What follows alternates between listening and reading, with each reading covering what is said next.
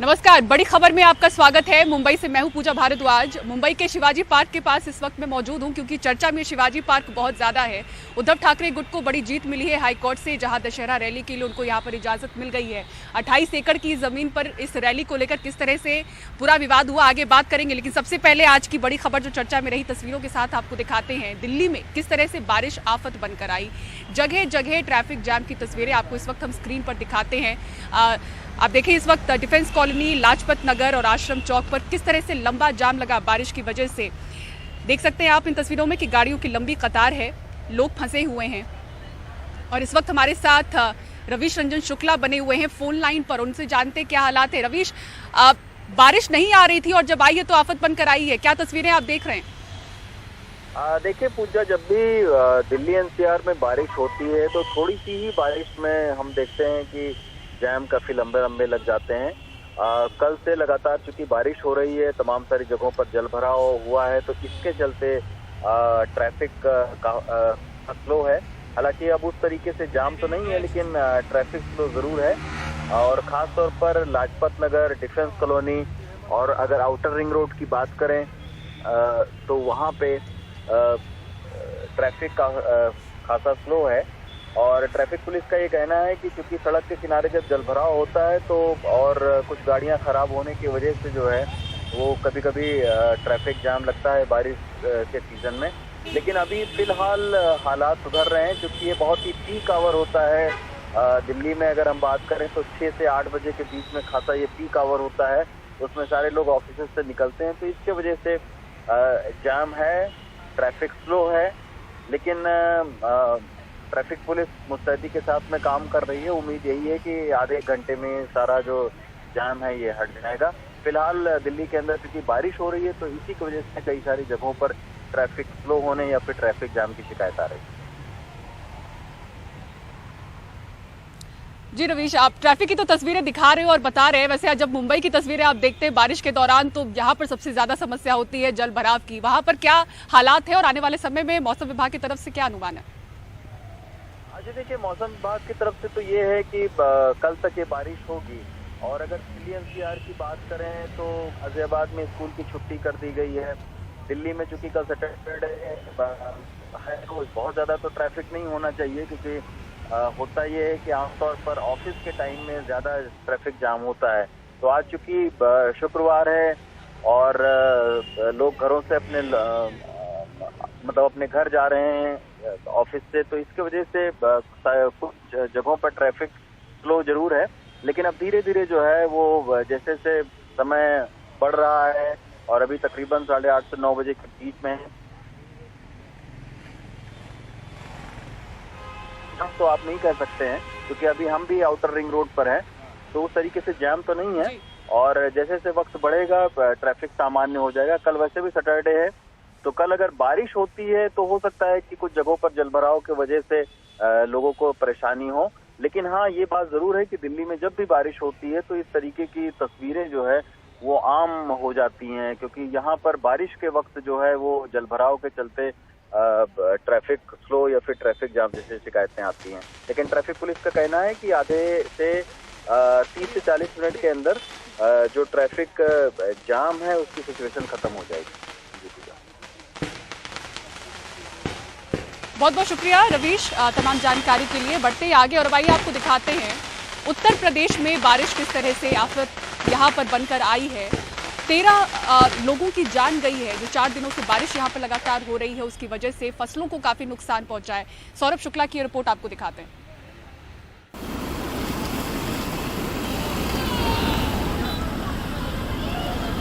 4 दिनों से हो रही बारिश यूपी में किसानों के लिए काल बनकर गिरी है। ये तस्वीरें पश्चिमी उत्तर प्रदेश के मथुरा और बुलंदशहर की हैं, जहां गन्ने और धान के खेतों में पानी भर गया। बुलंदशहर के खेतों के अंदर कई फुट पानी भर गया। पहले मॉनसून में कम बारिश हुई और अब बिन मौसम बरसात ने किसानों की रीढ़ तोड़ दी है। नुकसान ये बिन मौसम बरसात हुई है, सब धान पका हुआ खड़ा था, सब जमीन पे लेट चुका है। इसकी वजह और खेतों में 3-3 साढ़े 3 फीट पानी है। अब किसान तो चौपट अब तक पार करा, कर्ज लेके तो पार कराया था इस फसल को, और अब पूरी तरह से ख़त्म हो चुकी है। अब ये किसान कहाँ जाएगा? अब तो ये सरकार से ही कुछ आशा रखेगा, सरकार कुछ मदद कर दे। अब किसान के पास कुछ नहीं बचा है।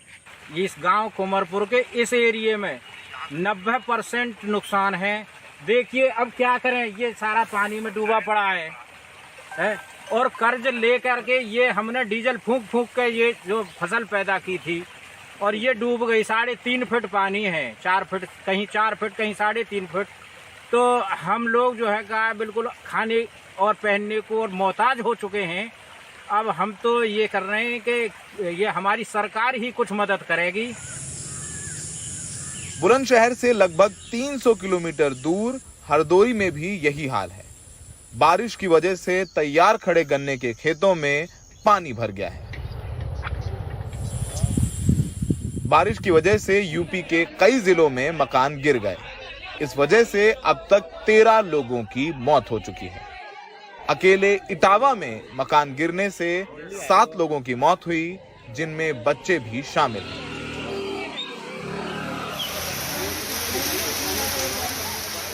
बारिश की वजह से फिरोजाबाद की पार्किंग में पानी भर जाने से लगभग 107 गाड़ियां डूब गईं, जिनमें से कुछ गाड़ियां अब कभी स्टार्ट नहीं होंगी।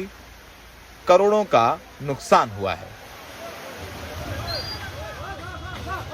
बारिश ने पूरे यूपी के नगर निगमों की कलई खोल दी है। सड़कें तालाब में तब्दील हो गईं, गाड़ियां रेंगती रहीं, लोग परेशान होते रहे। यूपी के सबसे हाईटेक शहर नोएडा में तो जिलाधिकारी का ही दफ्तर झील बन गया। यूपी में पिछले 24 घंटों में 393% ज्यादा बारिश हुई है। पिछले 7 दिनों में 192% अधिक बारिश हुई है। लेकिन मॉनसून में यानी जुलाई और अगस्त में कम बारिश हुई, जिस वजह से पूरे यूपी में अब भी औसत 33% बारिश कम हुई है। सोचिए यूपी में कुछ दिन तेज बारिश क्या हुई कि स्कूलों को बंद करने की नौबत आ गई। जिनको स्मार्ट सिटी बनाया जा रहा है, जैसे कानपुर, लखनऊ, नोएडा, आगरा, इन शहरों में कई सड़कों पर घुटनों तक पानी है। कई घंटों का ट्रैफिक जाम है, गाड़ियां खराब हो गई सड़क पर गड्ढों में फंस के। लेकिन जिम्मेदारी किसकी है? ना किसी अधिकारी पर कार्रवाई होगी, अधिकारी तो छोड़ दीजिए, किसी बाबू पर कोई कार्रवाई नहीं होगी, क्योंकि बिजली, पानी, सड़क, इन मुद्दों की तो चुनाव में चर्चा ही नहीं होती। बुलंदशहर में समीर, मथुरा में सौरभ गौतम, हरदोई में आसिफ के साथ नोएडा से सौरभ शुक्ला, एनडीटीवी इंडिया। और केंद्रीय गृह मंत्री अमित शाह 2 दिन के बिहार दौरे पर हैं। पहले दिन वो पूर्णिया पहुंचे और वहां पर उन्होंने नीतीश लालू के खिलाफ मोर्चा खोला और कहा कि नीतीश प्रधानमंत्री बनने का सपना छोड़ दें। और बिहार में जिस तरह से जंगल राज लौटा है और इस जंगल राज से कोई अगर बचा सकता है बिहार को, तो वो बीजेपी ही बचा सकती है। देखिए रिपोर्ट। बिहार में सरकार जाने के बाद अपने पहले दौरे पर पूर्णिया पहुंचे अमित शाह के निशाने पर नीतीश कुमार और लालू यादव रहे। उन्होंने नीतीश की मौका परस्ती की मिसालें गिनाते हुए कहा कि वो प्रधानमंत्री बनने का ख्वाब छोड़ दें। प्रधानमंत्री बनने के लिए नीतीश बाबू ने जो एंटी कांग्रेस राजनीति से जन्म लिया, इसकी पीठ में छुरा भोंककर आज आरजेडी और कांग्रेस की गोदी में बैठने का काम किया है। मित्रों, मैं आप सभी से पूछना चाहता हूं, इस प्रकार का सत्ता के स्वार्थ से दल बदल कर नीतीश बाबू प्रधानमंत्री बन सकते हैं क्या? बिहार में सरकार चल सकती है क्या? सुन लीजिए नीतीश बाबू, कान खोलकर सुन लीजिए। पूर्णिया से जुड़ी तमाम बड़ी हस्तियों को याद करते हुए शाह ने भीड़ से एक जमीनी रिश्ता जोड़ने की कोशिश की। ये भी कहा कि नीतीश और लालू यादव के जंगल राज से डरने की जरूरत नहीं। जब लालू जी सरकार में जुड़ गए हैं और नीतीश जी लालू की गोदी में बैठे हैं, तब यहां जो डर का माहौल खड़ा हुआ है, मैं आपको कहने आया हूं, ये सीमावर्ती जिले हिंदुस्तान का हिस्सा है, किसी को डरने की जरूरत नहीं है। नरेंद्र मोदी सरकार है यहाँ पर। मौजूदा राजनीतिक हालात में बीजेपी अकेली विपक्षी पार्टी है। बाकी सब पार्टियां या तो सरकार के साथ हैं या सरकार को समर्थन दे रही हैं। इसलिए पूर्णिया के भाषण के फौरन बाद तेजस्वी ने अमित शाह की खबर ली। हम तो पहले कह रहे थे ना, आएंगे तो झूठों का माहौल गड़बड़ करने के लिए आएंगे और कहेंगे कि जंगल राज है। अरे पहले अमित शाह जी, आप जहां दिल्ली में बैठते हैं, क्राइम में अव्वल नंबर पे आता है, कराने आए थे।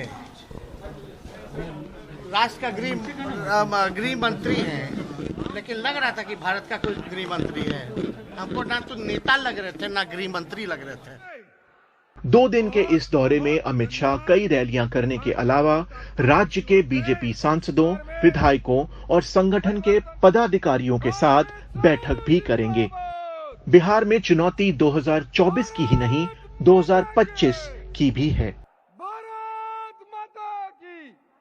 अमित शाह के भाषण में ये बात नहीं साफ थी कि आने वाले दिनों में जिस प्रकार बीजेपी आज की तारीख में बिहार की राजनीति में अलग थलग पड़ गई है, उसके पास सहयोगियों का अभाव है, वो उसकी भरपाई कैसे करेगी। निश्चित रूप से कोशिश होगी कि नीतीश कुमार और लालू यादव का जो वोट बैंक है, जो काफ़ी मजबूत माना जाता है, उसमें सेंधमारी करने की कोई ना कोई रणनीति बनाई जाए। कैमरामैन हबीब के साथ पूर्णिया से मनीष कुमार, एनडीटीवी इंडिया के लिए। और बॉम्बे हाई कोर्ट में उद्धव ठाकरे को बड़ी जीत मिल चुकी है। मुंबई के शिवाजी पार्क में उन्हें दशहरा रैली करने की इजाजत मिल चुकी है। पूरी खबर आगे ब्रेक के बाद आपको दिखाएंगे। सिटी सेंटर बड़ी खबर।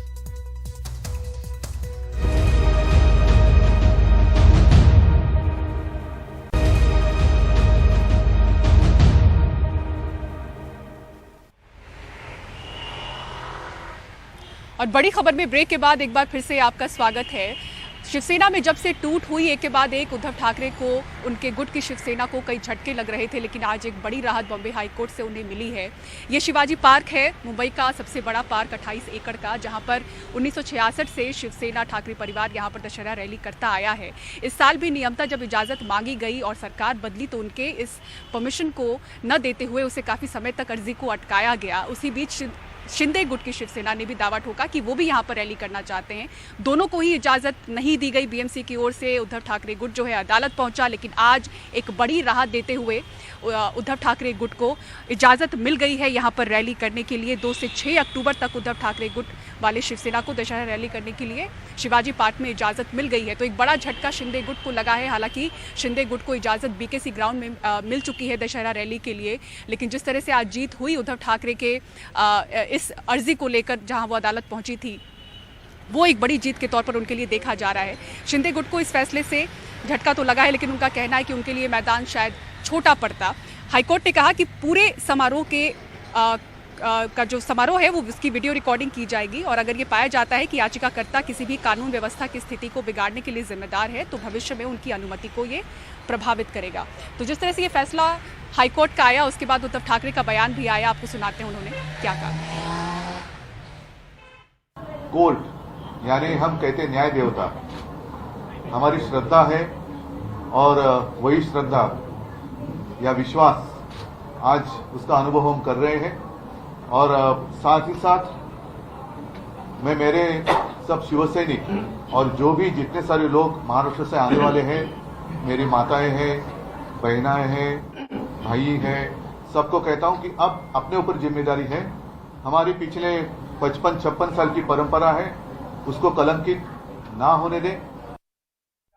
बॉम्बे हाईकोर्ट के आज के फैसले से ये साफ हो गया है कि अब शिवाजी पार्क में शिवसेना के उद्धव ठाकरे गुट की ही दशहरा रैली होगी।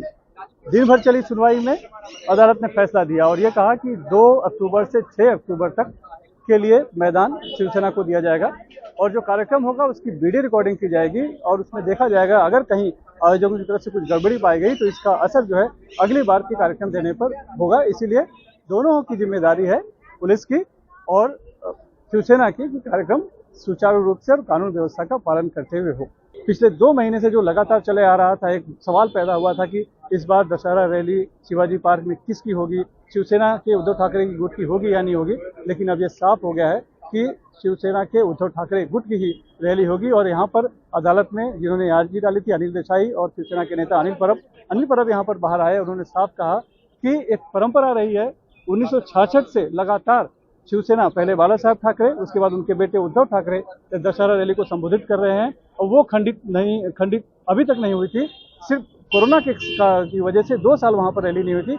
अब अदालत ने उस परंपरा को कहीं न कहीं पुष्टि की है और आगे भी हमें वहां पर दशहरा रैली करने की इजाजत दी है।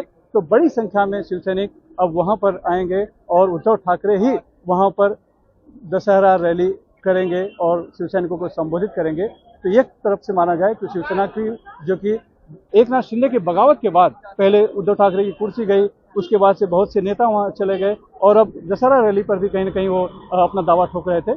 उस लिहाज से देखा जाए तो शिवसेना के उद्धव ठाकरे गुट को बड़ी सफलता मिली है। हालांकि असली शिवसेना कौन सी है, नकली शिवसेना कौन सी है, ये मामला अब भी सुप्रीम कोर्ट पे लंबित है। लेकिन एक परसेप्शन की बात की जाए तो कहीं न कहीं यहाँ पर शिवसेना के उद्धव ठाकरे गुट की बड़ी जीत हुई है। मुंबई से कैमरामैन प्रवीण भाई सुनील सिंह, NDTV इंडिया के लिए।